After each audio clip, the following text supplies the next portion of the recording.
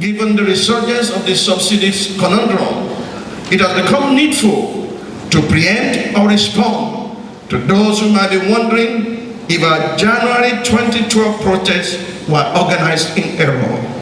Let me reiterate that the same Nigeria group did not mobilize the people of this country to the Ganifa Park at Ojota merely to protest the removal of the fuel subsidy, but to challenge the corruption that defined the fuel subsidy regime.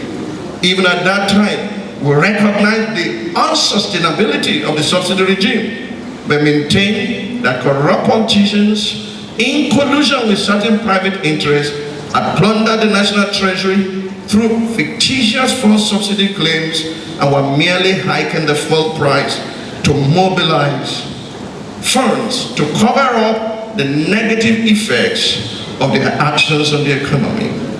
We insisted then that it was not a deregulation, as was being claimed by the government, but a hike in fuel price.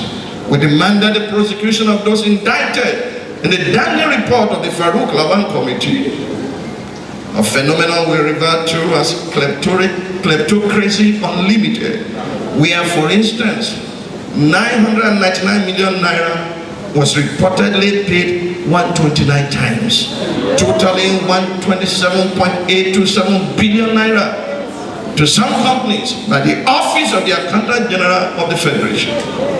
4 years later, those indicted persons have not been prosecuted. Do we still need to wonder why corruption is so endemic to the designing? The CBN currently contributes negatively to the Nigerian state in more ways than one. Firstly, the CBN has become a conduit for politicians to drain the nation. Otherwise, how can a letter of barely 2 paragraphs addressed to the current CBN governor, Mr. Godwin Emefiele, by the then National Security Advisor, NSA, Colonel Sambo Dasuki retired, become the authority to incur expenditure leading to cash flow of $47 million US and several million euros? In decent climes, the CBN governor cannot continue in office while the NSA is accounting for his alleged misdeeds. Secondly, another negative corruption contribution by the CBN is the needless obscurity it has created regarding currency circulation. It was not so in the past. For instance, Section 43, subsection 2 of the CBN Decree, now Act number 24 of 1991 stipulates, without prejudice to the provision of Section 1 of this section, the President may direct the Auditor General of the Federation to conduct an examination of the bank and submit a report thereon relating to the issue, reissue, exchange, and withdrawal of currency notes and coins by the bank, and the bank shall provide all necessary facilities for the purpose of the examination. This vital subsection was completely removed in the current CBN Act 2007, thereby making it possible for the CBN to decide the printing of the Nigerian currency, amounts to be printed, currencies to be destroyed, of which the CBN staff can take as much of such dirty notes as they like and inject back into the system while keeping all of us in the dark without any check and balances stipulated in such Section 43, subsection 2 of the previous CBN Act number 4 of 1991. This major lacuna has not only aided and abetted corruption, it presently compounds the fight against corruption, especially in the Apex Bank. We need to remind ourselves some basic truths about the CBN. Number one, the Apex Bank is not a conglomerate of the Rothschilds, the Rockefellers, and the Morgans. Number two, the CBN is not a privately controlled banking agency. And number three, the CBN is simply not the US Fed.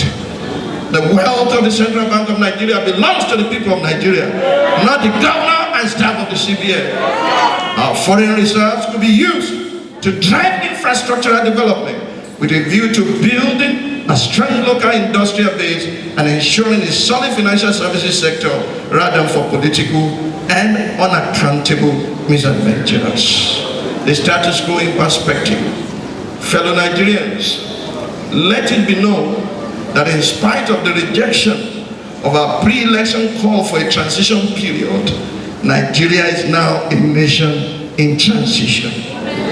This transition period will predictably be followed by a revolution, which will in turn be followed by a reformation that will eventually usher in the desired transformation of our nation. Somebody say transition, revolution, reformation, transformation.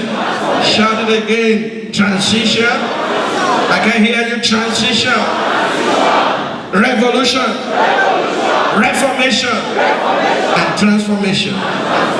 We have put the cart before the horse for too long a time. We put democracy before development. No nation developed that way. We thank God for democracy, but certain things have to be done very urgently to arrest the decay and the decline in our land. The promise of true federalism is contained in Article 14 of the Nigerian Charter for National Reconciliation and Integration, which was unanimously adopted and signed by the delegates of the 2014 National Conference, including myself, as a basis of our union. I appeal to Mr. President not to ignore the report of the 2014 National Conference. God went ahead of you, Mr. President, to provide a navigational map with which you can begin to steer the ship of state to a safe destination. The APC may have refused to participate in the 2014 National Conference, but the report of that conference is completely in tandem with the promise of the APC manifesto. The APC manifesto and the report of the 2014 National Conference are a tag team in waiting, not a thesis and antithesis. Just as this government adopted the Integrated Personal Payroll Information System, the Government Integrated Financial Management Information System, and the Treasury Single Account TSA, which were conceived by the Goodluck Jonathan administration, the Buhari-led government should embrace the report of the 2014 National Conference. That report, can clap there, that's fine. That report may have been produced under a PDP government, but it's not a PDP document. It's a Nigerian people's document. All the delegates to the 2014 National Conference, East, West, North, and South, endorsed the report without a single vote on any issue. In conclusion, I have observed over time that this government has been laying emphasis on 2 Ds: deregulation and diversification. 2 Ds is an obsolete technology. However, the diversification policy cannot be pursued without devolution, and to devolve effectively means to restructure the geopolity and review our forms of government. Therefore, the government needs to update and upgrade to 3 Ds. 3 Ds. Diversification. What again? First, diversification, deregulation, and devolution. Somebody say 3D. Deregulation, diversification, and devolution. We cannot afford to sweep devolution of powers under the carpet. Mr. President, sir, please use the keys and make real the promise of change. There is no better time than now. Go, PMB, go! For such a time as this, God and Nigerians have brought you back into power. Like an arrow in the hands of Almighty God, hit the main target. Make hay while the sun shines. Strike the iron while it is hot. And trust God and posterity to judge you right for saving Nigeria from a serving post, debilitating structural defect.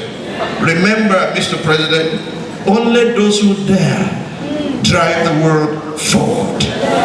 Thank you for listening. God bless you.